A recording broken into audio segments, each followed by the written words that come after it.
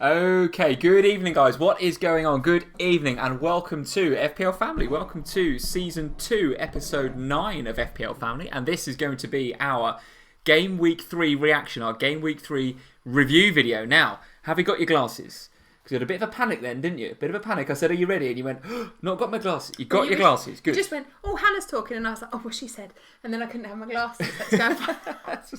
Got your glasses. Good. I have to know what's going on with Hannah. She's my key rival for the season. This is the grudge match, the FPL Family grudge match, isn't it? It's the grudge match. So listen, I mean, I've got deja vu, guys. I've got as well, massive. I've just noticed. Oh goodness me! Yeah, look at that. Unintentional, I think. Well, on my part, it was anyway. I don't know whether it was intentional on your part. We've been like this all day. Who knows? Oh, Who knows? But I've got deja vu, guys. Deja vu. Here we are, all our season, not having Marcus Alonso cost me big time, and I had to sit here every week and talk about how many points you'd got for Marcus Alonso and how many points I didn't have. Here we are again. I'm determined not to let that happen again this season. I've got to find a way to get him in. It's probably going to mean a points hit next week, but all this, guys, all this to be discussed on tonight's FPL Family. After what was actually, I don't know what you made of it, Sunday was marginally better, guys, but Saturday FPL was one of the worst days for FPL I think we've had. Well, what did you think of it? Yeah, so I mean, we were out Saturday, so we actually didn't see many of the. We couldn't watch City. We caught up on Match of the Day, and we missed a lot of the 3 o'clock. Yeah. It improved dramatically for both of us at 5:30 when the Liverpool game kicked off, because that went well for us. Yes, but I think a lot of so Salah and Robertson, I think a lot of people had them. Yeah, but we had Firmino as well. So Firmino was good, yeah. But yeah, I mean, the rest of it was like it was almost like all the big hitters went. It's just not bother today. Just annoy some fantasy owners. So there was a tweet by FPL Editor. So if you guys aren't following FPL Editor, go and check him out on Twitter.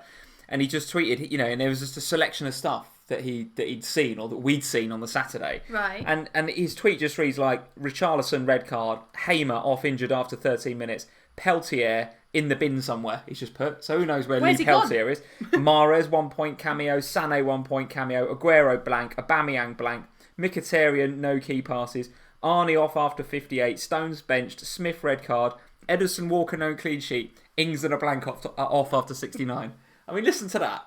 Listen to that as a roll call for the Saturday. Guys, it was horrendous. How many points were you sitting on Saturday night after before the Liverpool game? Well, like 7? I think I was on like... No, no, because I had 6, but I'd taken a -8 hit, so I was on -2. You're on -2. Nice, okay. I think, so I didn't take any hit, so I think I was on like 7.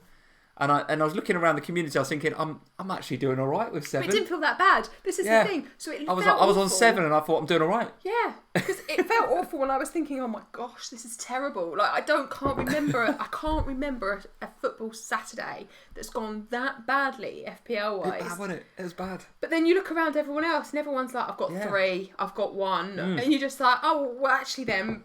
-2 with my hits don't feel that bad. Yeah, but having said that, I think so. The Liverpool game improved a lot of people's scores clearly.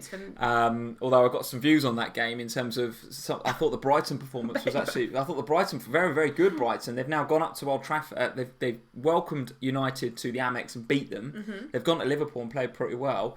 Brighton, the sort of whipping boys that we thought they were going to be, I don't think they are. They're looking actually reasonably solid and well drilled by Houghton's got them playing well, I think. And then today, I think. Marginally better. Guys, tell us what you think in the live chat today. I mean, we've been out most of today, haven't we? We've had a terrible weekend in terms of football, haven't we? But we actually haven't seen a lot of football, have we? We haven't watched a lot, to be honest. It's been brilliant. We've had a brilliant weekend, but we've just not managed to really watch any football, which is a bit of a nightmare. It's been my brother's birthday, isn't it? And we took the kids to Wembley Arena today to see Paw Patrol live, guys, which I would highly recommend. Amazing. I was just tapping you, wasn't I, during the game, going, it's 4-2 in the first. You're like, Mitrovic has scored. I was like, oh no, loads of people have got him. 3 bonus bonus points, Alonso. Mummy, shush, Tracker's talking, Mummy. He's like, oh, sorry, Mum. Alonso assist. I was like, oh god. So even during that, I was really trying to enjoy the Paw Patrol, and every time you piped up with a Chelsea goal, I was like, oh goodness me. And guys, we've got to just give a shout out to the family that was sitting behind us. So there was a family that was sitting behind us at Paw Patrol Live. And guys, they're clearly Arsenal fans, right? So the little girl's name was Highbury. Yeah. One of the girls. One of the girls was called Highbury, which was random. The boy's name, guys, And apologies if any of you have got kids called Highbury and Seaman, but the boy's name was Seaman. And this is not a joke, guys. This is not a joke. I genuinely tried to spend about 20 minutes trying to work out what the other 3 were called, because I thought, well, if you've called your children Highbury and Seaman, what are the other 3 called? So, I should have turned around and gone, excuse me, but what are the others' names? So what we've basically done, guys, commitment is to Arsenal, that. we've taken the kids out for the afternoon, but all afternoon we've been trying to track FPL. You've been on your phone and we've been listening about Highbury and Seaman behind us. That is how our afternoon has gone, guys. It's been quite outrageous. Now, we need to get on with the show. Thank you for joining. This is episode 9. I don't think I said I'm Lee, this is Sam. So I'm Lee, this is Sam. We need to go through that. I think the wooden spoon is going to be quite highly contested. Oh, it's over with you. I think it's going to be quite highly contested today after Well, to be Saturday. honest, after Saturday, I thought we weren't going to have any postage because I genuinely thought I might win it. Well, yes, indeed. Yes, indeed. And also, we're at the end of August, right? So there's no... Well, actually, having said that, United and Spurs have still got to play on Monday. We've got tomorrow's game, so it could all change. The spoon could change, and the manager of the month mug. Yes. In theory, I think... I'm actually not sure. Chris is looking pretty good, isn't he? What Chris said, I think that might be sewn up. Okay, but let's see. All and right. It is Chris, by the way, just in case. Good, yes, good. We've established that. Very, very good. So, Chris, if you're tuning in, thank you for joining. So we do need to obviously wait until the Man United game to see what happens with the spoon and the mug. We'll clearly. tweet and Instagram about the spoon and the mug. Yes, and the reason we need to tweet about that, guys, is because you will not see us during the week next week, I'm afraid. We will not be doing a midweek video, or we will not be doing a midweek live stream, I will say. We will be doing a midweek video, but we'll be doing it in a studio with the official Premier League. So we are being summoned to a studio in Uxbridge, aren't we, on Thursday afternoon to film with Jules Breach and James Jimbo, the 2 presenters of the official FPL show. And we will be the guests that are presenting, or not presenting, we will be the guests that are guesting. What's the best phrase for that? Appearing, yeah. We'll be the 2 that are appearing on the FPL show on the official Premier League Facebook page, video and stuff. I don't think you'll be allowed to take the mug. They're quite specific on, no ripped jeans and no patterned shirts. So I'm pretty sure it's going to be no Spurs mugs as well. Oh. I would imagine it's probably no Spurs mugs. So guys, look out for that. Follow us at FPL Family on Twitter and Instagram, and we will clearly 100% be tweeting the life out of that, because we are in equal measures excited and bricking it, aren't we? Let's face it. I mean, let's be honest. For those of you that remember back to when I did a little one on my own, I don't cope very well at the comfort of my own little bubble of the family. So I've got to go on in the studio. 100%, anything could happen. 100%. But at this stage, I think it's very important that we say thank you to you guys for tuning in and listening and watching us and listening to us, because without that, we wouldn't have the opportunity to go and do things like that, would we? So we're really, really grateful for you guys tuning in every week. And you guys that have done it from Gameweek 1-2 last season, the legacy, the foundational in-laws, you know who you are, guys. You tune in every single week, and we thank you for that, because it is proper exciting, isn't it, to go and, do that. It's so cool. I mean, given that, a year and a bit ago, we sat over there on the sofa and we're just like, just put a video on YouTube about FPL and just see what happens. And it's just grown into something really, really cool. So guys, thank you. And we're looking forward to sharing those links with you and you guys watching this in all our glory, in HD, no less, in HD. And talking about growing, my Instagram following went over 800 today. So excellent. Massive thank you for all my Instagram followers as Excellent. well. So the Insta's going really, really well. Guys, this is awesome. So here we are in the main screen. There's our Twitter on the left-hand side if you're not following us already, at FPL Family on Twitter. I know a lot of you guys will be doing that. And we will get on with the show. Let's say hello to a few people. So 219 people in, Sam, already. Wow. 219 guys. Thank you for joining. Welcome. Anwinette is here. As ever, he says, congrats, you guys will rock. Cheers, Anwinette. Thanks, mate. And Anwinette, well done. He's had a really good game week. Has he? Yeah. Okay, yes, good, all right. Okay, so you needed that to balance out last game week, but very good. That's good to hear. Rasta Fried Rice is here. How you doing, Rasta? Ben Clark is here. Jamie Meager, Conrad, Ibrahim, Mark Nunes. Pranoy is here as well. Tom Sheehan, Josh Telling. Ketan is here. Mr. Finley Badder is here, who must be, I would imagine, very, very happy with what's going on at Vicarage Road at the moment. They are looking very, very good, Watford, right now. We are absolutely wrong to gloss over them in the way that we've glossed over them on these vlogs recently. They've been very, very good. I always do say we should talk about Watford, and you just go, nah. Well, I'm absolutely wrong to be glossing over it. Absolutely, they are playing very, very well. And Pereira, indeed, we need to talk about him looking very, very good. In the rain today as well, because it's been horrendous weather up this way. It certainly has. Joe probably got soaked at Watford, I imagine. I would imagine. Jeff is here and moderating. Thank you, Jeff, for joining us. So is Leo. Thank you very much for modding, you guys. Hannah is here. Bench FPL JC is here, and Ben Gale is here. Josh Telling, we've got Firetog in, Nick Greenwood, JC, Zachariah, Jerome. God, blimmin' it, we've got loads of you guys. Everyone's in. So guys, thank you very much for joining us, as ever. So what? I've just noticed somebody said, who was that? Leo, 42 seconds for Watford. Yeah, we probably need to spend a bit more time on Watford. Maybe they could have a minute and 42 seconds. I'll tell you what we're going to do. We're going to start with Watford. Are we? Joe will be. I'm sure Joe is doing a little happy dance right now. We're going to start with Watford. Going to go to Vicarage Road first. Now, given that it happened, was it today? Yeah. Yeah, so given that it happened today. So this is how out of touch I am with the Premier League this weekend. Given that it happened today. No, because actually we did listen to the first half of this on the radio driving to the train station. We did. We do know what happened in the first half. And I must admit, I was actually a bit gutted because I got Foster, as you know, and a few of you guys will know. And the Zaha goal really killed it for me. That was just so disappointing because not only have I not got Zaha, but I had Foster. So that was a bit of a... the term that Dave Monday used on Twitter was a rank killer. It was a real rank killer, that one, because not only did Foster not get his 6, but a lot of people had Zaha, so it was a real bummer, that goal. However, having not watched the match, I'll be very interested to hear what you guys on the live stream have got to say about the match. One is Pereira, who seems to be just a goal machine. Very, very quick, very tricky. No one's talking about Richarlison anymore at Watford because they're talking about this kid instead. But secondly, Holebas with yet another assist, but he scored. He actually got the goal today. What is going on with Holebas? Well, I don't really know. I mean, I think we're all spending a lot of time talking about, the big names and Mendy, Alonso and company. But I don't mean company, but I mean and company, but not Vincent. Yes. But Holebas, for me anyway, wrongly has gone sort of a bit under the radar for me. It was a good fantasy prospect. Was it the start of last year or maybe the year before? There was a period of time when he was bombing forward, he was getting assists, and he did go up in value. So, but that was always tinted or tainted by the fact that he was very, very open to picking up a yellow, wasn't he? If not a red. And his disciplinary record was not that great. But maybe maybe the assists and the goals now that we've seen, he's worthy of a shout in our teams. What do you think? I think so. Well, look, I mean, we're 3 game weeks in, and we always say at the beginning of the season, get 3 game weeks under your belts with these players, because after 3 games, you'll have a feeling for whether you're on the right players or you're not. Now, I think with somebody like Pereira and Holebas, the pair of them, you can't overlook them now. They've had 3 decent games where they've not played easy opposition either. They've made difficult teams. They've played Palace today, who are hard to beat defensively. They're a good side. Yeah.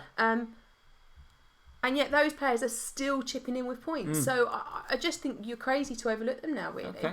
And a few of the guys on the live chat are saying, well, just be careful because the fixtures do turn a little bit. They do. So let's just check out, courtesy of FF Scout, what the Watford fixtures look like. And you guys are absolutely, as usual, spot on. So 2 home games to follow, but those 2 home games are against Spurs, they are against Manchester United. They go away to Fulham, which I think is tricky. Fulham, do like to score goals, as we've seen today. So there's absolutely, it's not a gimme going to Craven Cottage, and then away at Arsenal, and then home to Bournemouth. So yeah, the Watford fixtures. Do you get on Holebas given those fixtures? I don't think you do you? Could you get on Pereira? Maybe. Yeah, I mean, it's like we've all been talking about of late, really. Do you get on a defender for the clean sheets anymore?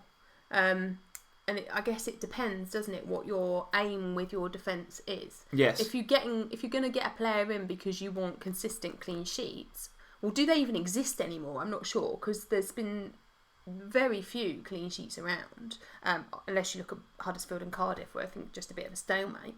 So I don't know. I mean, for me, yeah, with the fixtures going like that, you're not gonna pick a defensive option for Watford. But Pereira certainly, I think, is one to keep on the radar. So Karthik is saying no Watford for me. Yeah, it's hard, isn't it, with those fixtures? It is hard, but nevertheless, a good result against a very good Palace side. A lot of you guys in the live chat are saying, I've watched you guys have watched the game. You're saying Palace could have and maybe should have won that game.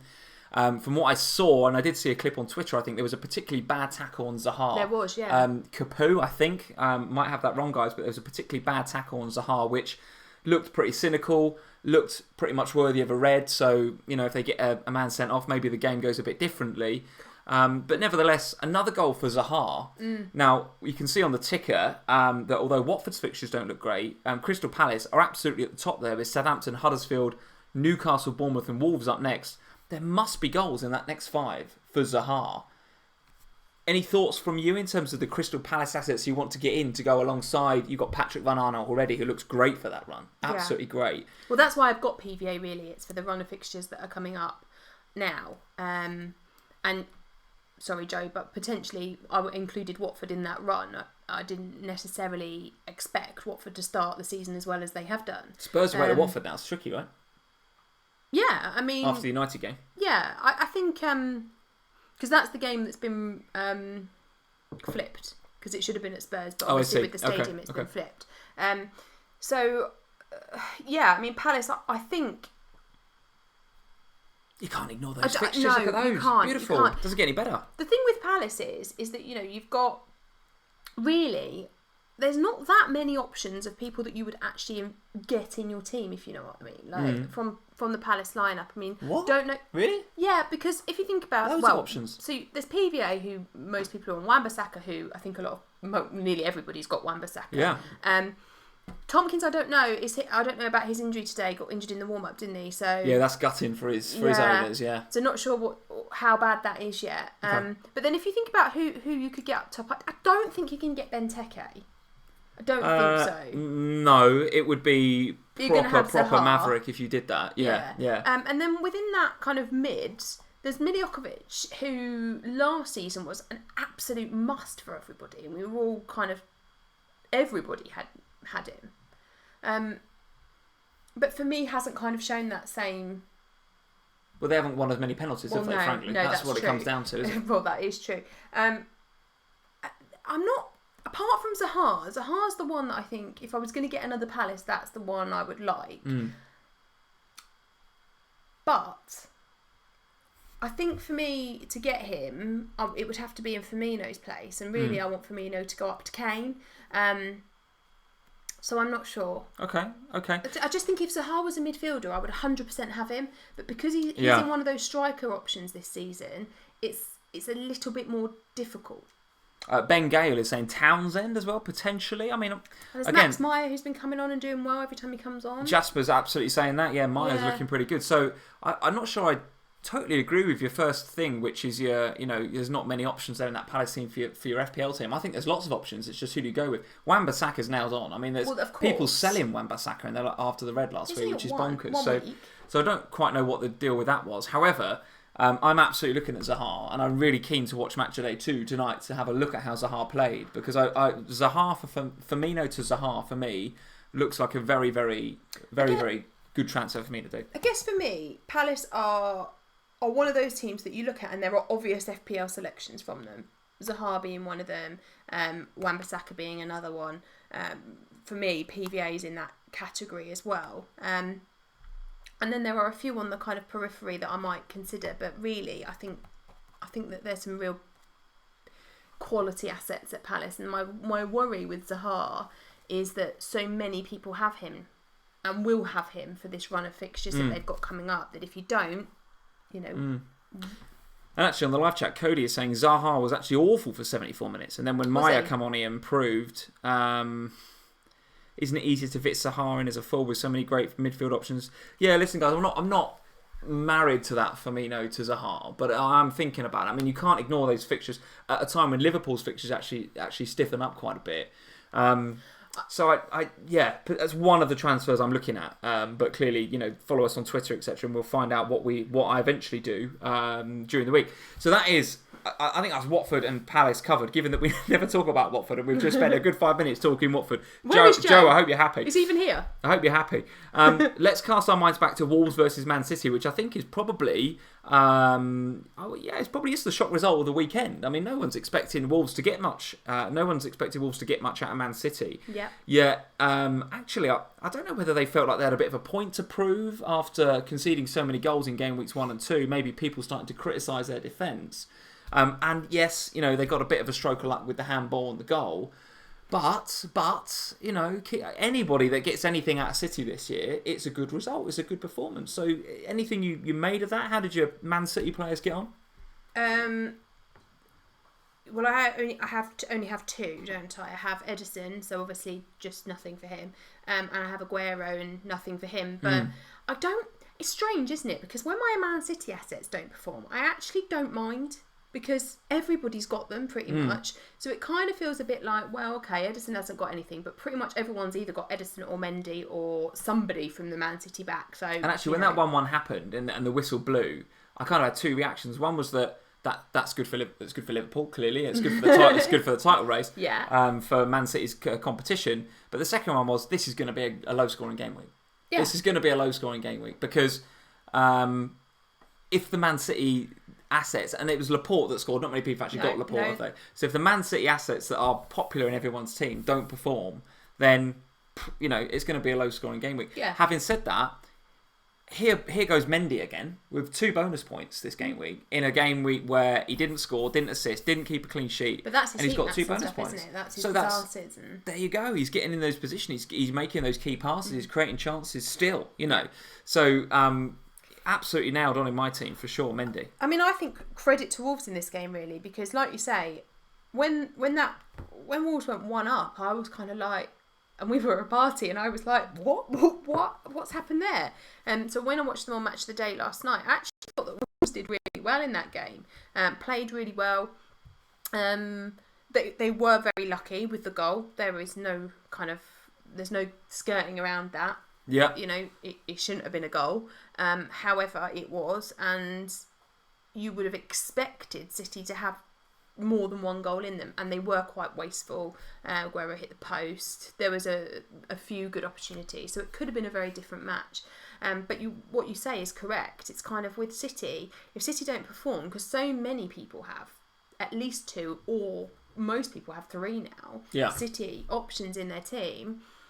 When you get Laporte and Gundogan, who are the ones from City that score the fantasy points, that is going to have a massive impact on the scores overall for the game week. And a very popular pick, I've got him, I don't think you have, Bernardo Silva. No. So that's 2 blanks now back to back for Bernardo Silva. If you owned him, would you be concerned about that? Or given that City's fixtures look like this, Newcastle at home, Fulham at home, Cardiff away, Brighton at home, doesn't get any better than that. Would you be thinking of moving him to someone else, or do you kind of stick and just hope that something comes off? For me, I'd be worried about... So I didn't get him at the beginning because I was worried about the rotation risk that he poses. And that still stands for me. So at the beginning of the season, when Pep said, it's Bernardo Silva and 10 others, well, he's had 2 game weeks where he's actually not shown as much as he was doing in that community. Well, from an FPL perspective, but even it's still working for the team. It is. Especially last week. Yeah, you're right. But I think... I would be worried about, Pep will not be happy about dropping points at Wolves. So I reckon we might see a bit of a shake-up in the team that he's playing. You're going to get a reaction then you for normally that, do with for the Pep, Newcastle don't game. You can see him kind of going, I'm really cross. Let's see what we can...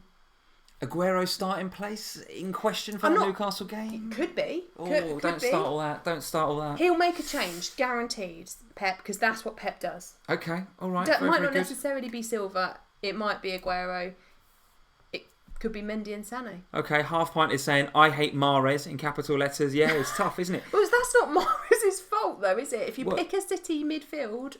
Yeah, the thing is, though, you transfer him out, guarantee he starts against Newcastle and bags goal and assist probably. So it's like, it's going to happen. It's going to happen, Josh King. So there we go. I mean, Wolves played well, no doubt about it.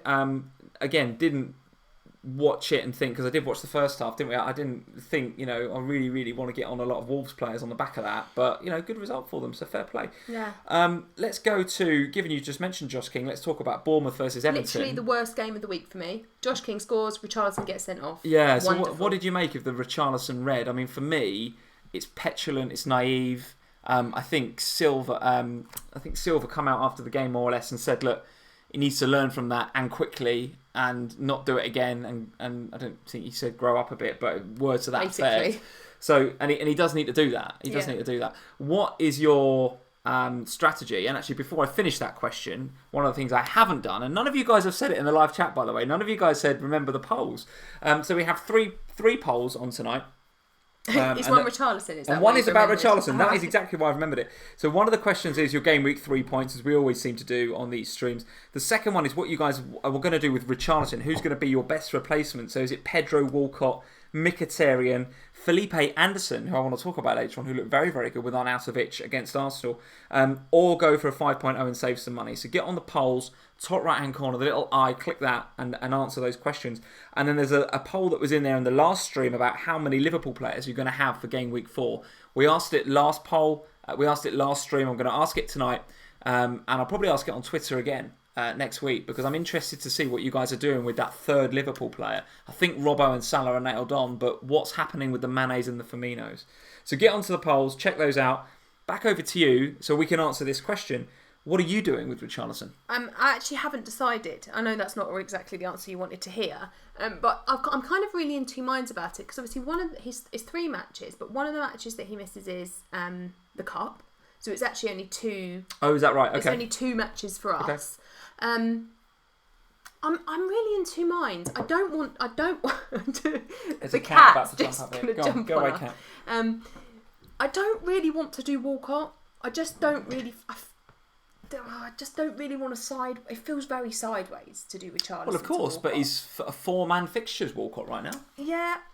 Let's just have a look at what the Everton fixtures look like. Huddersfield at home, West Ham at home, then away at Arsenal, and then Fulham at home. I mean, those next 2 look sensational for Everton. They do. And they're scoring goals. And he's scoring goals. Yeah, and all of those things are right. But for me, I'm just taking a little bit of a breather with it. And until I've sort of kind of worked out where my team is going as a whole, I need to, at that point, decide, because I've got 2 million in the bank, so do I want to use that money in that Richarlison spot to upgrade and get somebody potentially better? Yeah. For those couple of games. Like who? Got your eye on anybody? Well, no. This is where I'm a bit kind of. Really interested in what's going to happen in the Spurs game tomorrow night, because as we know, I'm without Spurs at the moment, which never goes very well for me. Feels wrong for you to be without Spurs in your team. Feels wrong on so many levels. So there's that option, because I could use the money in that way. Or do I do the obvious transfer and do Richarlison to Walcott? Or actually, do I use my bench and just bench Richarlison for a couple of games? I can't, at the moment, I haven't yet decided. I'm really in two minds about the whole thing. I must admit, I think Walcott is a little bit of a no-brainer. I mean, if you're talking about a nice mixture of, would I say a no-brainer? I don't think it's a no-brainer, but it's getting there. I mean, if you think about his fixtures and his form, there's a nice blend there. And crucially, for Walcott, he's a confidence player, Walcott. He is a confidence player, and when he's on fire and when he's on a little streak, he's very, very good. And I saw him in the interview. I looked on Twitter and saw an interview of his after the game yesterday.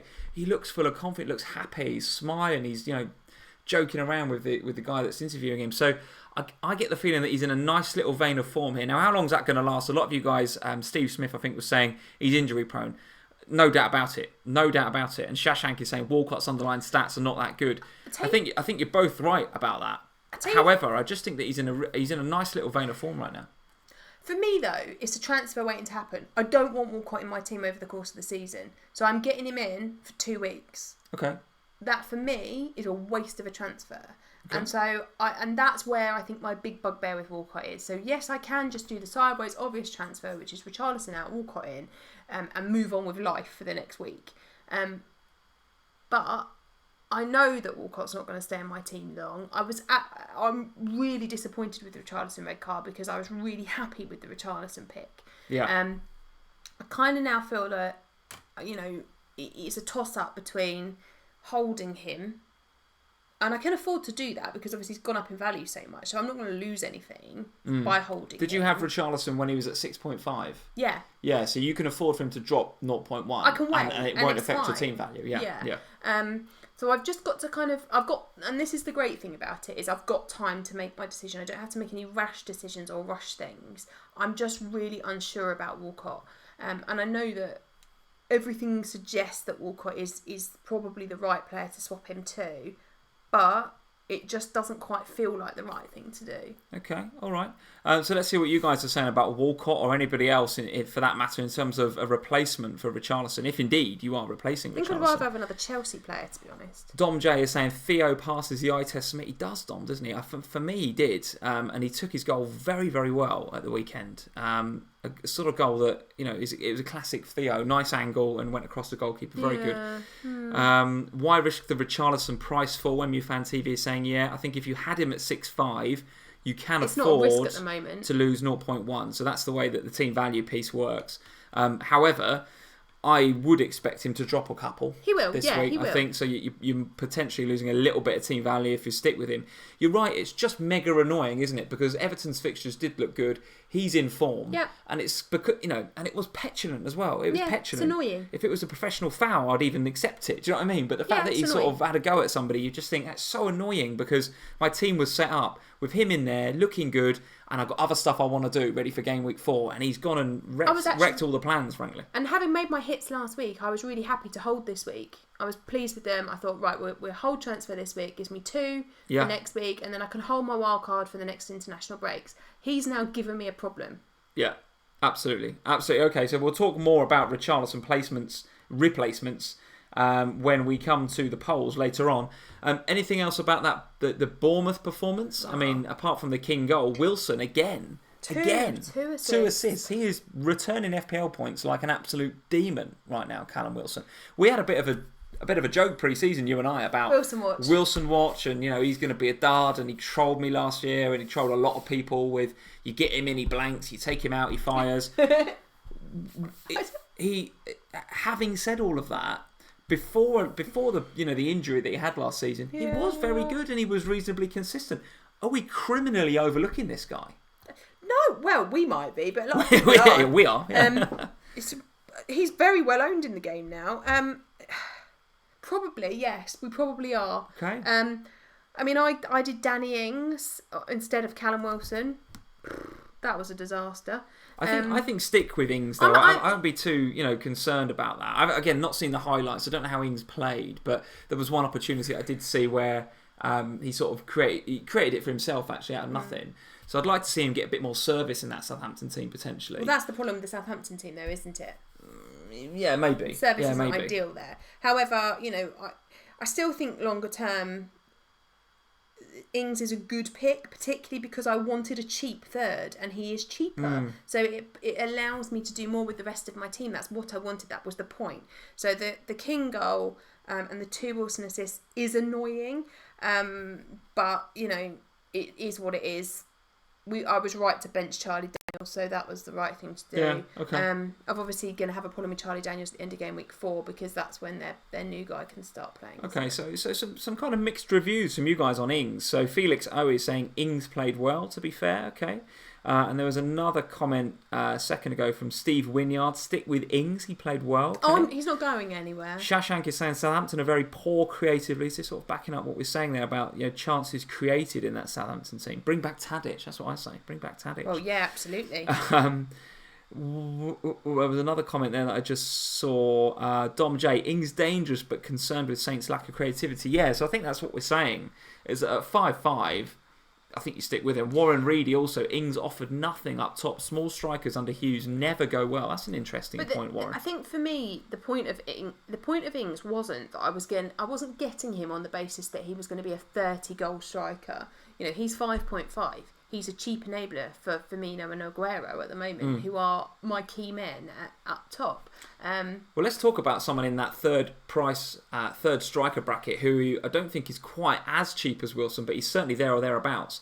And scoring all sorts of goals. And today had a fantastic game. I don't know how many FPL points, but 2 goals. 16, I think. 16, 2 goals and an assist for Mitrovic at Fulham. I mean, he is looking like a very, very good pick indeed. I don't know what Fulham's fixtures look like. Let's have a look. Brighton away, which I think that's a tough game. City away is tough, and then it gets, sorry Joe, potentially a bit easier with Watford at home. Does it? But Watford are in form, so who knows where they'll be on game week 6. Everton away, Arsenal. So those fixtures do look pretty mixed, but on the sort of difficult side there for Fulham. However, Mitrovic is proving that he can score against anybody. Got the goal at Wembley against Spurs. A couple of goals against Burnley, who historically we know are very good defensively. Burnley, you can't normally score that many past them. I wonder whether Burnley were suffering from their midweek trip to Greece or whatever it was they went. Yeah, I think so. Your thoughts on Mitrovic? Well, I think he's 6'5" in the game. Yeah. So got to be on the radar now, at the very least. So he was one that I did consider last week, because off the back of the Spurs game, I thought Mitrovic played really well against Spurs. And if you play really well against Spurs, then you will score goals in the Premier League. You will. Yeah. You know, you absolutely will. You come up against a team that don't have as good a defence. I mean, we don't have that great a defence, but you come up with a team that's got not as great defenders, you will score goals. Mitrovic proved that today. Tom Sheehan is saying Mitro's a beautiful man. Well, is that a reason to pick him? I don't know. You don't know how to answer that. I don't know what to say about that. Tom clearly likes him. We'll just agree with Tom then. And another Tom King, Mitrovic had a brilliant game. Yeah. Ishmael is saying he bossed Burnley's back four today. Love Mitrovic, bullies defenders, Dom J says. He's got that feel about him, hasn't he? Definitely. I like him. I think he's looked very, very good. I was kind of on the fence with him. I know that he played well for Fulham last season. So it's different in the Championship to in the Premier League. It's whether you can replicate that when you come up, isn't it? Yeah, but my challenge with it was, if I was Newcastle, why would I let a player like Mitrovic go, who seems to be on form and firing? Because Newcastle's not a happy place. And then, you see behind the scenes and you think, well, it's actually just Ashley just kind of cashing in. So if I was a Newcastle fan, I'd be devastated that Mitrovic is flying in the way that he is at Fulham, wouldn't you? Oh, 100%. And I think Mitrovic was a player I considered in the Josh King place. But as we've already discussed, the reason I wanted a cheaper one because I wanted to free up some money. But Mitrovic, absolutely, there is no question, is making a huge case to be in your fantasy teams if he's not already. Eddie Guna, Mitrovic is the new Costa. Oof, that's a big shout, isn't it? I mean, that's a big shout, Eddie. That is. Do you know what though? He's got that. He's that sort of style. I don't. It's not. Is he going to go off on a strop then? Is he? Is he going to go in there? Well, yes, he's that sort of player. That he and Rafa have clashed. As Dom J is saying, they're not exactly best mates, but you don't need to be best mates with your manager to be great in the Premier League. So, is he the new Costa? I think he's got a long way to go to be the new Costa, but he's that sort of style. I can see where Eddie's coming from, and I like that as a comment. He's got that sort of vibe about him, Mitrovic. I like that. I think if we're talking about the Burnley defence, so last season everybody had Ben Mee, or one of the Burnley defenders, most had Ben Mee, didn't they? And I remember saying, we were talking in pre-season and saying, something just doesn't feel like you should have a Burnley defender this season, mostly because of the European football. So those trips... Like you look at the impact that it has on most of the English clubs. Like their game weeks after returning from an international week don't go as well. Spurs are particularly bad after European football, and Burnley seem to be getting that same hangover. Like, it's not that they play badly; it's just that they're tired, I think. And if you get a player, especially this time of the season, it's hard to get fully up to match fitness, isn't it? Yeah. And you get a player like Mitrovic playing up against you, you are going to get punished if you're not 100% with it. Okay. And unfortunately for Burnley, that's what happened today. And pleased I kept Tom Kearney though. Yes, absolutely. Kearney returning with an assist, I think. Today. So 5 points for Kearney. So that's good. About time he got something. And Vieto with 2 assists today as well. With 2 assists. There are a few Fulham players, I think, that you could safely share as well. That you could safely kind of consider from a fantasy point of view. Yeah, from this game week. I mean, I look at the first 3 game weeks and I think, well, Mitrovic is the standout. Yeah. But there's others there that you can tinker with. There's others on the back of the 4-2 against Burnley. Yeah, there's some that are kind of on the periphery of my thinking. I mean, but if I was thinking about who I want in my team right now, I would say Mitrovic is not looking too bad. I mean, I got Kearney. I don't want any more Fulham. Apart from Mitrovic, who is going to stay on my radar for a long time. Yeah, I think. Okay. But yeah.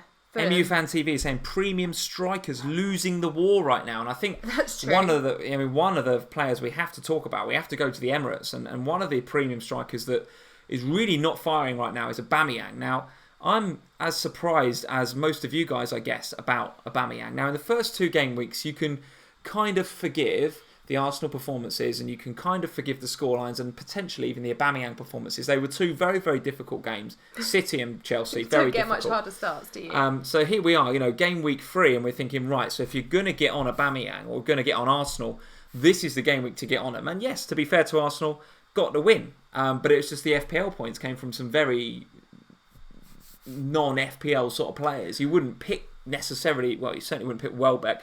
You wouldn't necessarily pick Monreal. Iwobi to be fair, he's got a couple of goals now, so he's kind of there or thereabouts on the radar. I mentioned him as a jammy pick. You did. And he Nacho, and he got something as well. But going back to Aubameyang, I mean, certainly at the beginning of this season, I wanted him in my Game Week 1 team, and I thought, well, let's just see how he does Game Week 1 and 2.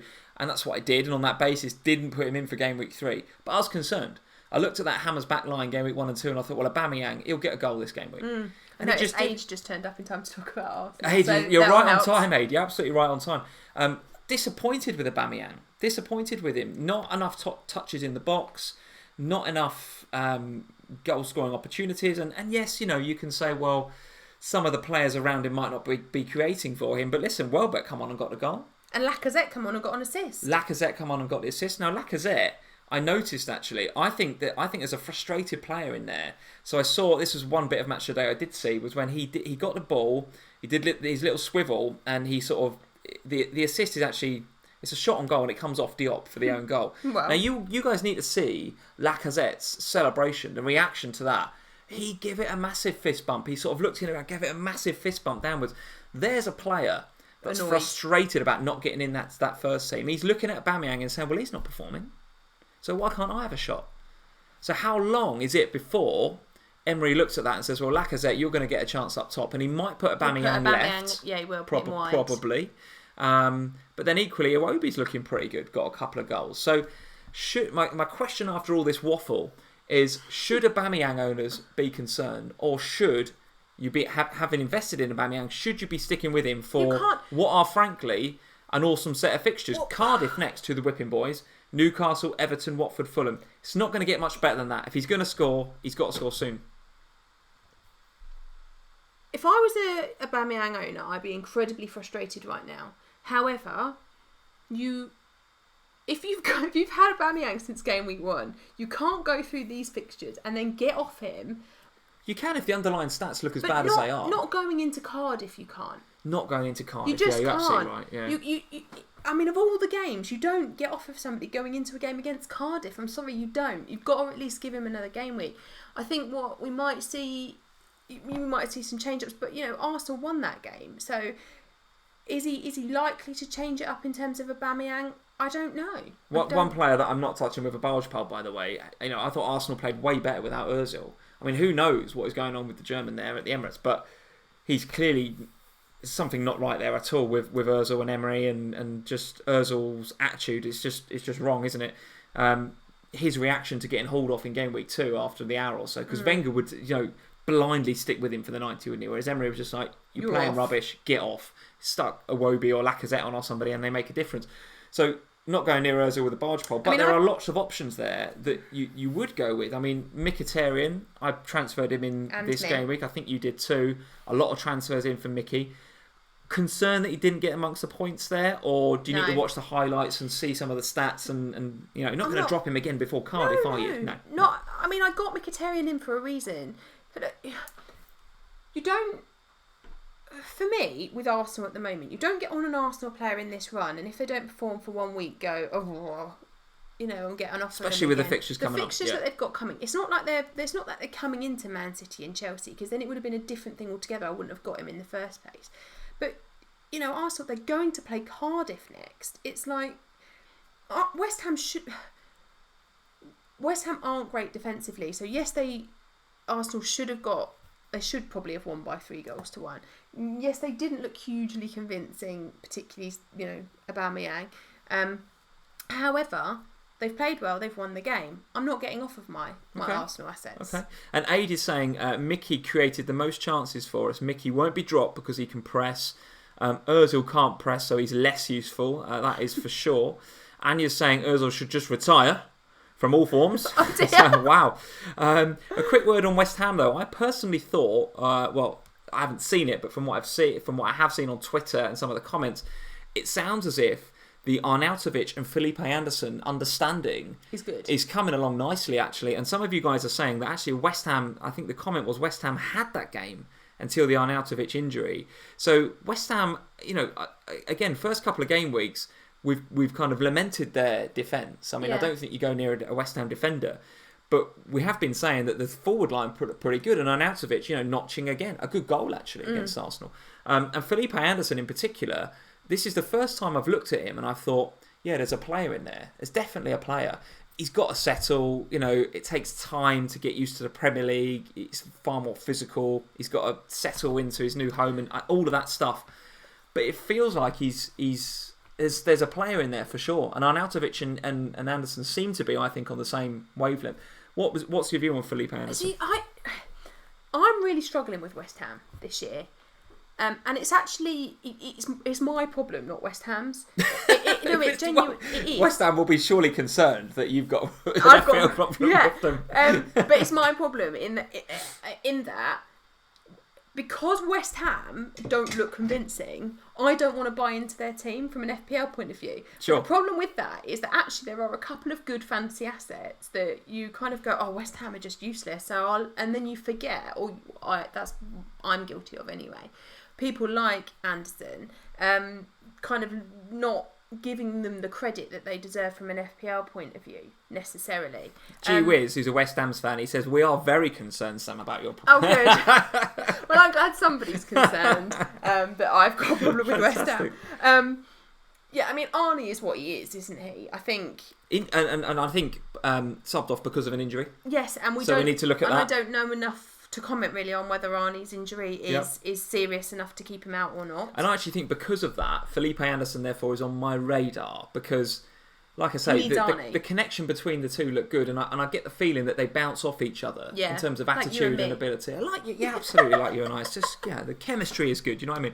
So if Arnie's not injured, then Anderson moves a little bit closer to the middle of my radar. If Arnie is injured for a couple of weeks. Anderson? Do you know what? I don't know, but I think he's in that sort of Richarlison-y sort of bracket. Hence why I stuck him in the polls there. So I think he's sort of 6-ish, 7-ish, guys. You can tell us. So it could be a decent option. Okay. In my view, if Arnautovic is not injured. It depends on Arnie, is what we're saying, I think. I think so, because I think just Arnie at the minute is just making West Ham tick. I think he's having a really, really good year. A really good year. So you guys are saying 7 million. 7 million fans, and maybe 6-9 apparently because of a price drop potentially. So he's in that sort of... Could be a Richarlison replacement bracket. Okay. So that's Arsenal West Ham. I don't really want to talk about Huddersfield Cardiff. I mean, if you're a Ben Hamer owner, that's just really unlucky because he went off injured, didn't he, before sort of 20 minutes. So it's just really unlucky. Cardiff yet to score in 3 games. For me, they are the whipping boys. If you've got a player in your FPL team that's playing Cardiff, if it's a defender, 100% play him. If it's an attacker, then you've got to think about potentially captaining because Cardiff look not great. Yeah, and their fixtures aren't. And Cardiff's it's not getting better for them. No. Let's have a look at their fixtures. Oh my goodness me! Because this Arsenal, is why I Chelsea, got off my Cardiff defender. City, Burnley, goodness me! Decided to get off my Cardiff defender this week because of that run of fixtures that you can see on the ticker. I'll tell you what, that's feasibly no points there by game week 8, which is end of September. So going into November with potentially 1 point that they got on the weekend, it's looking tough already for Cardiff. It's looking very, very tough. It's not an easy start. Not at all. So let's talk about Liverpool then. What did you make of the game? We watched a bit of it, didn't we? Salah coming to the rescue for all of his captainers. Absolutely a good thing. I don't know. I think Salah and Robertson have pretty much become entrenched in most people's fantasy teams. So when they do bits, as PVA would say, it doesn't really make that much difference to you as a whole. But captain and Salah this week I think did, because there were a lot of people that put their captain's armbands on Aubameyang because it was a nice... Yeah, or Aguero because of form. Or they put it on Aguero. So actually this week the Salah captaincy did add a little bit more weight, and it has helped in terms of fantasy points. What did you make of Salah getting no bonus points? And some of the guys are saying, he got it looked like he was going to get 2 and then he got none. So Lock-on Kun is saying, so Aid's saying Salah losing Baps like it's nothing. Shashank is saying Salah bonus ? Salah got robbed. It was right at the last minute. The last couple went. He had 2 and then they went. But the way the bonus was it the shot? It's the shots off target, isn't it? So that's the challenge. A couple of shots off target, and that will minus bonus points. And the Liverpool defenders play really well, and their passing accuracy is good. The pass, in terms of good balls played forward, useful opportunities created, that's all adding to their bonus point scores. Yes, so it is, when absolutely. Salah is missing stuff, it's not surprising to see the likes of Van Dijk and Gomez climbing through the bonus point list above him. At this stage, are we pretty clear that Robertson is worth an extra million over Trent? Yes, for me, yes. I think Trent a bit unlucky not to get a few points though. Hit the bar from a free kick. Seems to be on free kicks. I don't think that Trent Alexander-Arnold is a bad pick. I'm not saying that at all. But if you've got an extra million and you can afford to spend it, Robertson is the player to spend it on because he looks dangerous all the time. He is constantly, even when Liverpool go down the other wing, he is constantly up with play. He's always there and thereabouts. Yet he's back and defending at the same time. He's just got it all for me, Robertson. He's not really... He's just got that licence to bomb in the same way that Mendy has, I think. Whereas on the other side, Trent kind of goes and he's then either stops and crosses. He's not wary. It's just that he's got... Milner sort of tends to sort of naturally drift out there. Yeah. So when Trent bombs forward, he's got like Milner in front of him. He's like, he's the captain. Perhaps I should pass to him. I think it's that. Whereas Robertson hasn't got that because Mane kind of drifts in and becomes a bit more central with Firmino dropping back. Mane goes central. Yeah. So Robbo's got the freedom of the pitch on that side to do what he wants. So he just gets in those spaces. I think he's absolutely worth an extra million. For me, I was really pleased with the Firmino assist this week. I think Firmino's been a bit unlucky in the last couple of game weeks because he's played really well. It's just that he's kind of been assisting the assist and making good opportunities. He had a header in the 10th minute, didn't he? And who's the keeper? Ryan pulled off an awesome save, didn't he? And it was a Robbo cross to Firmino. It would have been absolutely perfect. So yeah, for me, I was really pleased with that Firmino assist because Bobby is one of those players that when he goes on a run for you as a fantasy asset, and he did this for me over Christmas last season, and it was just like points everywhere you looked. Every time Liverpool played, it would be like Salah and Firmino just everywhere. Yeah. A bit like Salah and Mane have been early season. So I was pleased to see Firmino getting in on an assist because hopefully that kind of continues because I actually don't want to get off Firmino at the moment. He looks really good. He's in really good areas. He's pressing well. He's not necessarily getting the fantasy points. He did this week, but he's not necessarily getting the fantasy points. But for me, I'm not ready to lose him yet. Do you think he's in the right areas? I mean, one of the things I noticed was that so he's getting chances. I mean, the headed chance, 10th minute. I mean, if he scores that and gets the assist for Salah as well, then, we're all sitting here saying, well, he's on 10, 11, 12 points. Happy days, we'll take that. I'm not sure I agree with you on the getting into the right areas. I mean, he's clearly false nine.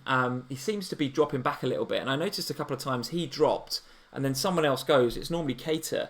Actually, Keita's getting in that sort of false nine position, or Mane's coming in from the left and being false nine. Yeah. Such is the fluidity of that Liverpool attack that Firmino he's a striker in name only, really. And for 9.5, I've got a bit of a concern, given that the fixtures turn, as you guys in the live chat are quite rightly saying, the fixtures turn a bit for Liverpool with Leicester away, Spurs away. Now, listen, Liverpool do tend to play better against the better sides because they attack and we like that.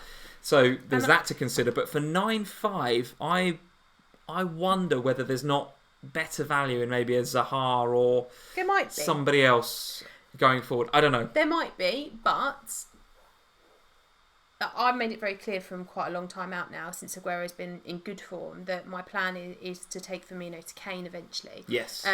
So that's no great secret. But at the moment, I don't want to transfer Firmino out to anybody else. I feel like he's you're playing Leicester next, who don't look convincing at the moment. The Southampton, who, as people have rightly been saying, weren't on exactly oozing with creative players in the midfield, yet they scored. Their defender scored against them. Well, let's finish up on that game. I mean, the one thing I want to talk about before we move off from Liverpool is, did you see Alisson's little chip? Amon just asked, did I see it? Yes, Amon, I did see it. He learnt a little bit too much before. Yeah, I obviously like to see that. I like to see that he's got the confidence to do that. I didn't. I saw 6 fantasy points flash before my very eyes. Yes. Yeah, this is the thing. When you've got Robertson or any other Liverpool defender, you think, don't mess around with it. I've got 4 points. Sitting there, he was on for 9, and I was thinking, oh my God, Alisson, what are you doing? It was a moment. It definitely was a moment. So yeah, I saw it. I liked it. I don't want to see it all that often. I mean, you learned it from Karras. It was Karras' leaving gift before he went off on loan. I 100% guarantee you he's not learnt that from Karras. Right. Last game, I think. No, we haven't done Chelsea either. Okay, we could talk about Chelsea in a second as well. Briefly then, Southampton and Leicester, apart from an absolute worldie from Bertrand, What did you make of that? I mean, last minute goal from Maguire. So, the threat from set pieces for Maguire is clearly there, but who knew that he could actually dribble past a couple of players and bang it in the bottom corner? I mean, it's a lovely strike. One that he'll probably never score again. Well, two defenders scoring goals, it's the same as everyone else this season. Two good goals from defenders. I mean, goodness, it's great. I mean, it just seems every time you look at it, so that this week, Laporte, Monreal, Bertrand, Maguire. The clean sheet is dead. Long live the attacking fullback. Yeah. What is happening? It's just all the defenders. So for me, Leicester, I'm not convinced about Leicester so far this season at all. I think they just don't look quite right. I mean, they are without Vardy at the moment, obviously, because of the red card last week. Having said that, Damari Gray, I wish I'd have had him as my jammy pick for this week. Yeah, I don't know if I'm totally with you. I mean, Dom J is saying, Leicester seem well set up away from home. I'd agree with that. They look reasonably solid. I mean, they're missing a couple of players, granted, but I'm just not convinced about Leicester. They've ground a win out there against what I think was the word dull was used in the live chat. I'm trying to think of a better word, but I think it's a fairly dull Southampton performance, wasn't it? Yeah, of course. But, Leicester can be... So there's a difference, isn't there, between being well set up as a football team and convincing in terms of fantasy points and fantasy assets. I'm not convinced that there's a Leicester player that is a necessity or that is an obvious pick for your fantasy team at the moment. So yes, I agree with you. But the challenge we've all got right now is there's a bit of a template forming. So as Ricardo Pagan is quite rightly saying, well, Gray could be a differential. I mean, why not? You're trying to be a bit different. Damari Gray doesn't look too bad. Let's have a look at Leicester's fixtures. The fixtures look, where are they? Middling. So they've got the Liverpool game next. Then it's Bournemouth, Huddersfield, Newcastle, Everton. Bournemouth away is tricky. Huddersfield at home you'd take. Newcastle can ship a goal. Everton at home. Yeah, it's kind of mixed, isn't it? But after the Liverpool game, Damari Gray might be worth a shout in your team. On the radar, I would say. Maybe. Okay. I'm really not convinced about Leicester as a fantasy assets so far. All right. That I'm sure will change. But at the moment, I'm just not convinced about it. Very good. We're rapidly running out of time, so let's go and talk about Newcastle 1, Chelsea 2. Again, Chelsea really quietly going about their business very, very well indeed. I mean, everyone's sitting here thinking, well, it's a new manager, new system, the fullbacks aren't going to bomb on, so let's just wait and see what Chelsea do. Yeah, we were wrong. The managers with the braver managers that got on the Chelsea assets quickly, absolutely reaping the benefits now. I mean, looking very, very good Chelsea actually. Dom J said Chelsea 90% possession. I struggled to think it was that sort of level, but they must have had a fair amount of possession in that game by the sounds of it. Their midfield looks just like awesome. I mean, Jorginho, I put a tweet out there saying that every other Premier League team should be delighted that Pep Guardiola has not got this player. Because he wanted him very close to getting Jorginho, and I don't think we would see as much of Fernandinho if he did have Jorginho. We need to thank our lucky stars that Man City don't have Jorginho. Jorginho looks absolute class. Now, is he? Glad that Chelsea do?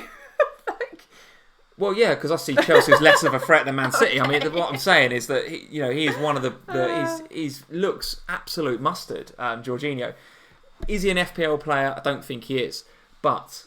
Is he going to make Chelsea tick all season and be the heartbeat of this Sarri ball system? 100%.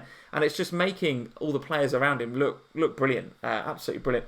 I thought Hazard, from what I've seen and read, looked pretty good. Got longer than Sarri was saying he would. Yes, indeed. Yes, so you guys tell us. We didn't see the game, so tell us in the live chat, what did Hazard look like? Hazard, very dangerous in that team, that tiki-taka team, J is saying. Because he said, didn't he, 50 to 60 minutes, and he was still on at 76 when he scored the pen. So he's clearly fitter, and I think I saw a tweet or a comment from Hazard that said even before the game that he says he's 200% fit. He is proper fit. A bit extra caution maybe from Sarri there. Yeah, maybe. Or maybe Real Madrid don't want him injured before they buy him. Jeff Holt is saying Hazard very sharp. Tom Sheehan, Hazard very sharp. Hazard a great option. Ibrahim saying so. Injured. So that they don't come in for him. Who knows? I mean, and interestingly, as we said on the last live stream, and you guys quite rightly pointed out, when Hazard comes back, either one of Willian or Pedro's got a drop. It was Willian. I was very pleased to see that clearly. Let's say lucky. I still believe Pedro is a really important part of this side. And he's going to absolutely do what Dries Mertens did for Sarri at his old club. No FPL points for Pedro today. I understand that, but that's not going to make me knee-jerk him out. I think I'm more than happy to have him for the next few games, particularly as I've got a couple of really nice home games coming up. What are you doing about Alonso? That is a big question. That is a very big question. I don't know. I really, really don't want to be in exactly the same position that I was last year, which is I ignore him for ages and he completely punishes me. Or get Christensen instead. My challenge with it is that I don't see Chelsea keeping a lot of clean sheets, and they've done it again today. Does he have to? I'm not looking at a Chelsea defender and saying, I'm not looking at any other Chelsea defender, put it that way. So I've gone right off Louise. I'm not looking at anybody else. I'm not looking at the keeper. And thinking there's clean sheets there, because I don't think there is. No. So with Alonso, you are relying on attacking returns. However, he is getting a lot of attacking returns. 2 assists today. 2 assists again today. 3 bonus points. It's looking like Mendy, Robertson, Alonso is pretty locked in as the trio of choice at the back there. Because with those three, you're going to get the odd clean sheet. Not the odd clean sheet. You're going to get clean sheets from Robbo and Mendy as well. Perhaps less so from Alonso, but he seems to be just as attacking as he was last season. I just can't get my head around it. It's 4-3-3. You fully expected Sarri to say, don't bomb on as much. And on the other side, Azpilicueta doesn't. But Alonso has clearly not got the memo. And maybe against more attacking sides, he might not.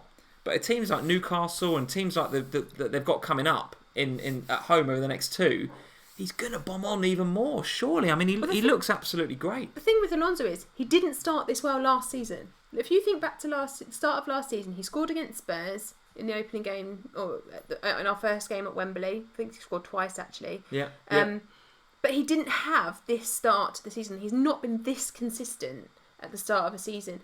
And that is frightening from an FPL point of view if you don't have him. I mean, I got him in this week on the basis that it was a straight choice for me between getting Mendy or getting Alonso. And I said to the guys that I was talking to on Instagram, I cannot not have Alonso. He is like FPL royalty. He looks very, very good again, doesn't he? Very good again. And for me, in that Chelsea team, now that I know that he's got licence to still go forward, he is a must, surely. Ketan Banjari is saying, like I said, Alonso was more of a striker than Morata today, which is saying something. But I do want another Chelsea player. I've got that kind of gut. Chelsea are playing well. I need another. So the guys are saying, Karthik is saying Alonso heat map is insane. Dom J, Alonso getting in the box so much. Karthik is saying clean sheets a bonus. Yeah, I mean, this is it. I mean, he's good if he's going to get attacking points every week, and there's a chance that he gets another 4. I mean, goodness me, he's going to be a beast again, isn't he? If you spent 6.5 on a midfielder and they returned you 2 assists every week, yeah, sure, you'd be delighted. Yeah, sure, absolutely. So the template back 3, as some of you guys are saying, with Robbo, Mendy and Alonso looks on. Add Wan-Bissaka in there, and then whoever else you want, frankly, because those 4 are going to do it for you, I think. Well, at the moment, I've still not got Mendy, and you've still not got Alonso. So we're one down each of those, aren't we? Yeah, but then I've got PVA, and I'm quite attached to PVA at the moment, and I don't really know why, because it's not really doing anything for me at the moment. So to answer your question, am I thinking about getting Alonso, or am I going to get him? Yes. Are you going to get Mendy? No. God, goodness me, you've got to have Mendy. I'm not. You've got to have Mendy. Not yet. PVA to Mendy has got to be done. But it might be at some point. But I feel like that is a few game weeks out. Yeah, I feel like few game weeks out. Yeah. Oh my days. City's next 4. Mendy.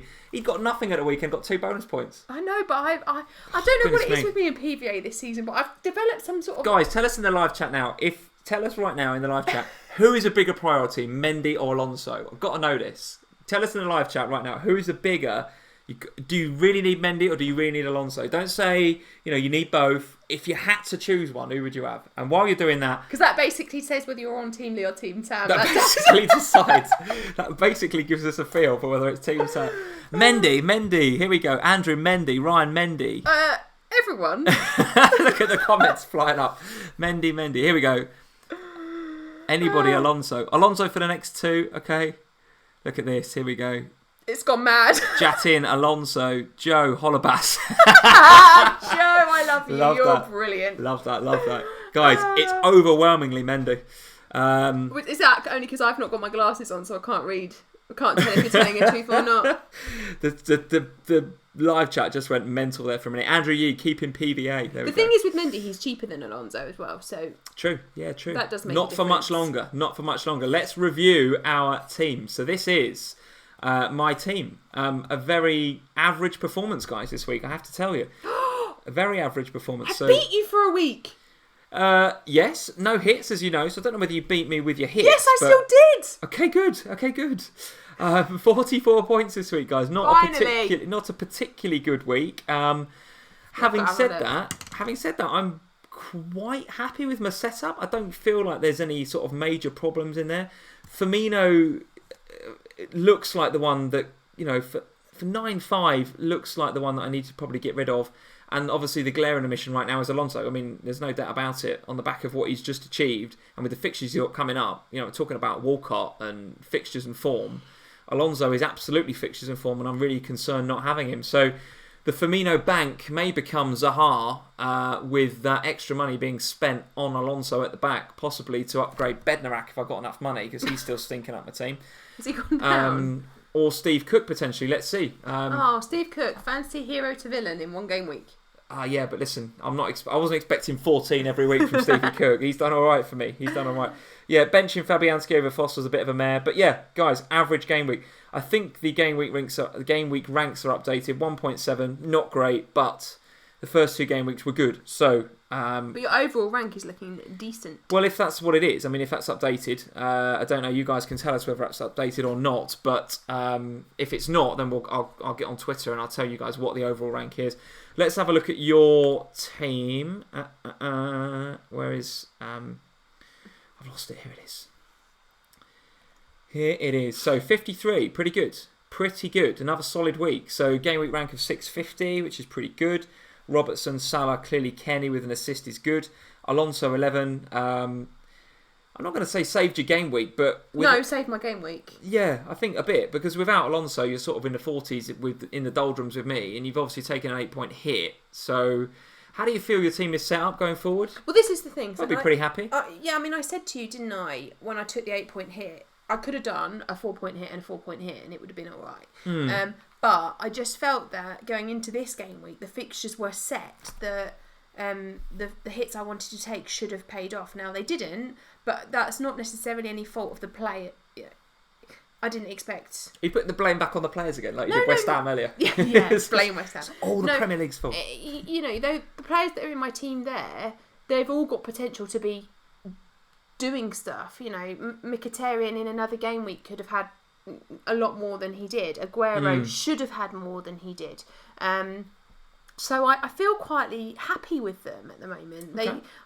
It's Richarlison now that I need to kind of make some decisions about. Something's got to happen there, isn't it? Yeah. I just don't quite know what, and I need some pondering time, and I've got that because I've got the value to allow it to drop a little bit. Yeah. So I'm okay, but yeah, I mean 53, I'm quite happy with. Obviously, it's actually 45 because of the points hit, but I'm quite happy with that this week. It's not been a great week. And the guys are saying, quite rightly that with Spurs and United still to play, then the game week rank will drop a bit again. Sadly for both of us. Yeah, it will. Of course it will. It is what it is, but from where you are right now, I don't think that's too bad. I mean, the guys are saying the overall rank is updated, so 403 overall rank, it's still looking pretty solid, isn't it? You're sort of slowly climbing up. No, I'm not. It's red arrows every week. Oh, is it really? Yeah. Okay, I thought it was a bit of a... overall game rank gone up, look. Green arrow. Oh, look at that. One little tiny... It's just you're in some very competitive leagues by the looks of it. That's what's happening here. But your overall game rank has gone up, so that's good. Because you were at 600 and something before, I think, last week. Was I? Yeah, I think so. Well, there you are then. I have gone up a little bit. So a green arrow, despite your very competitive leagues, a green arrow, so that's good.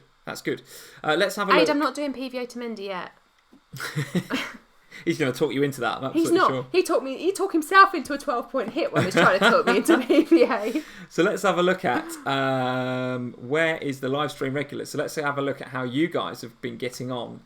So I'm not sure whether these league tables have updated, but I think Chris's score of 52 is what he got. Yeah, absolutely. So Chris still sitting pretty at the top of the league. 16 points for Salah, of course, 9 for Robertson, Alonso, so very, very good. I think similar sort of shape to your team, which is good. Who else have we got? Alex again on 54. Now, look, we need the Spurs and the United game to play out, but one of you guys is going to win the very first FPL Family Manager of the Month mug for August, which you're going to reveal in just a second. Let's see whether Chris has got any United or Spurs. He has not got any United or Spurs. Whereas, let's have a look at Alex. Somebody around him, he said, has got Ben Davis. And if Ben Davis scores 20 points or more... 20? Then it's possible. Ben Davis is possible. Oh, sorry, that's Alex again. So Alex hasn't got any Spurs or United either. Dom J has got... no Spurs or United there either. Richard, let's see where Richard's at. Do you know what? The Spurs and United thing might actually not make a difference to me in my leagues because nobody's got anybody. Yeah, it might not be such a big deal. Let's see. Let's just go down to Fire Talk and see whether he's got any in there. No, either. So I think without something extraordinary happening, Chris looks to be the winner of the August Manager of the Month. So well done, Chris. This is looking really good. We'll confirm this, Chris, and post it on Instagram and Twitter. But the postman's going to love me when I'm sending one of these wherever this is going. And Chris is not getting the wooden spoon, absolutely, but he's going to get them up. And one of these off to Australia. Australia, yeah. So Chris, let's let tomorrow play out, but assuming that you are the Manager of the Month for August, send us your details, get onto Twitter or Insta or wherever, talk to Chris most days, so he can send me his address. We can get your address and we can send that off to you. That would be absolutely awesome, and we would appreciate an Instagram post, wouldn't we? With you holding it or drinking some tea out of it. I want him to be drinking a cup of tea whilst watching the FPL Family. That would be great. That'd be great, Chris. If you can make that happen, that'd be awesome. So, guys, we will, of course, during the week, because we won't be live streaming, we'll give you league updates, etc., all the rest of it on Twitter. I don't know, Byrie, why the winners are always so far away. No idea. I don't know. Yeah, you guys are quite saying. Yeah, you're absolutely right. It'd be great if somebody from the UK could up their game, please. Yeah, I actually would like Joe to win because I can drive it to him. Save me no postage fees. Joe, we will hand deliver you a mug if you are Manager of the Month. Yeah. Which, with some of his Watford picks, could happen. It could happen. Absolutely right. So, guys, I think we are more or less there for another episode. We can't say about the spoon because we need Manchester United and Spurs to play out, and then let's see. Who is it at the moment? Should we see who's in danger? Oh goodness me! Where have you gone? Oh, I've gone all sorts. Wait a minute. Oof. That was almost an abort moment. Remember that? Oh wow, that's insane. Don't let me back in charge again. That was insane. Live stream regulars. It might not be at the bottom. They might not, but I'm just, I'm down there having a look. Josh on 39. Again? Josh, you can't have two wooden spoons, mate. No, Marsan. I think you pronounce that Marsan. What is it with you guys? Guys, Marsan, if you're listening, what is going on? Whenever the wild card gets played, it tends to be a bit of an odd week. Josh, I think, did it last week. Marsan, 35 points on a wild card. Goodness me. But happily is in Ireland, so it wouldn't be quite so bad. That's not as far. That would be okay. Let's just have a look down here. Postman's going to think I'm mental. Just go in and send these parcels around the world. Michelle, 35. Goodness me. Now, Michelle, do you know what flag that is, by the way? No. That's the flag of Christmas Island. Now listen. This is a Twitter thing. Michelle does not live on Christmas Island. Oh. It's very, very unlikely she lives on Christmas Island. It's a Twitter thing. Everybody seems to set their country as Christmas Island, and it gets, I don't really know why. So where does Michelle live? I've got no idea. So we'll find out. I'm sure she'll either come on and tell us on the live chat. Don't post your address, Michelle. Just tell us whether you're in the UK or not. But Michelle looks like she could be. She's got no... Could be. She's got a Luke Shaw there, though. Luke Shaw, who's iffy to play anyway. So it looks like Michelle could be on the radar for the spoon. So let's see. So guys, we will tweet that and we will Instagram it and we will maybe even Facebook it if we get time.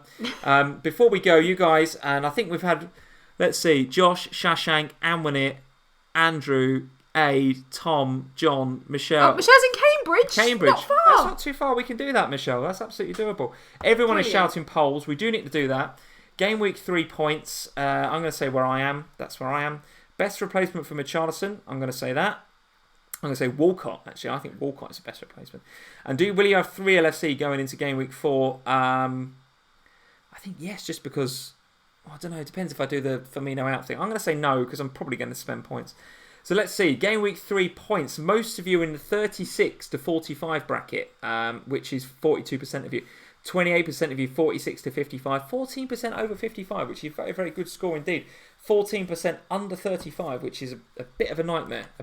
Hopefully you guys have got Manchester United and Spurs players. Best replacement for Richarlison. No one, interestingly, wanted to take a punt on Felipe Anderson, which... I suppose we need to see a bit more than just one good game from him, don't we? We need to see more than one good performance. Wondering about Arnie as well, aren't they, yet? And we've got to see Arnie, absolutely. Mkhitaryan is in there at 42. Walcott's in there at 42.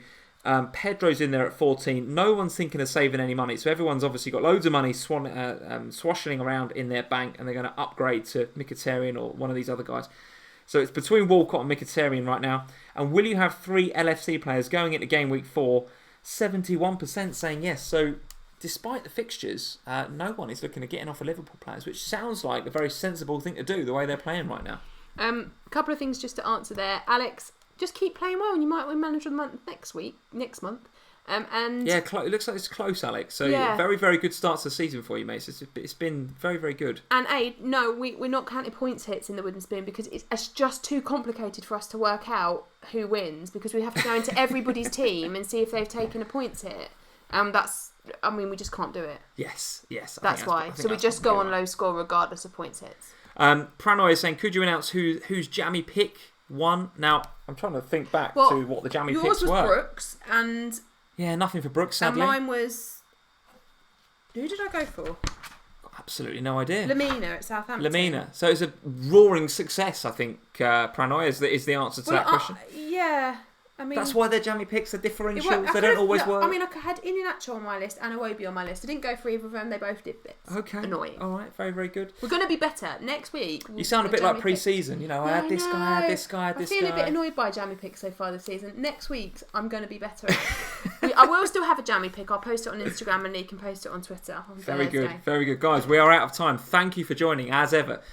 We had something like 280, 290 people watching at one stage. 300 Did it? Well, fantastic. So guys, thank you for joining. That is absolutely awesome. If you like the video, hit that like button. We'd love you to do that. If you're not subscribed to the channel already, then please hit that subscribe button as well. And don't forget to hit the little notify bell as well, so that you know when we're going live. You'll get a little notification on your phone that will tell you guys that we are live, and you can pick us up on the live chat again next time we're on, which will be next Sunday, guys. This time next week we will be on again for our next live stream. Sadly, we will not have a live stream during the week this week, unfortunately. However, if you're still looking to get your FPL family fixed, you can absolutely do that by watching us on the official FPL channel and the FPL show, which, if you want to head to the official FPL website, you can easily find it in the Scout section. However, we will of course be tweeting that. We will of course be Instagramming that. So go ahead and follow us at FPL Family on Twitter and Instagram.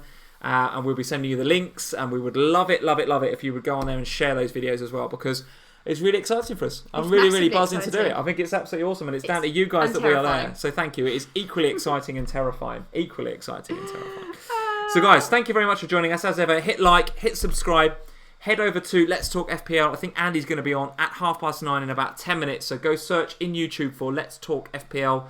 Go and find Andy's stream. He'll be on in about 10 minutes time. And we will see you this time next week, where we'll be reviewing Game Week 4.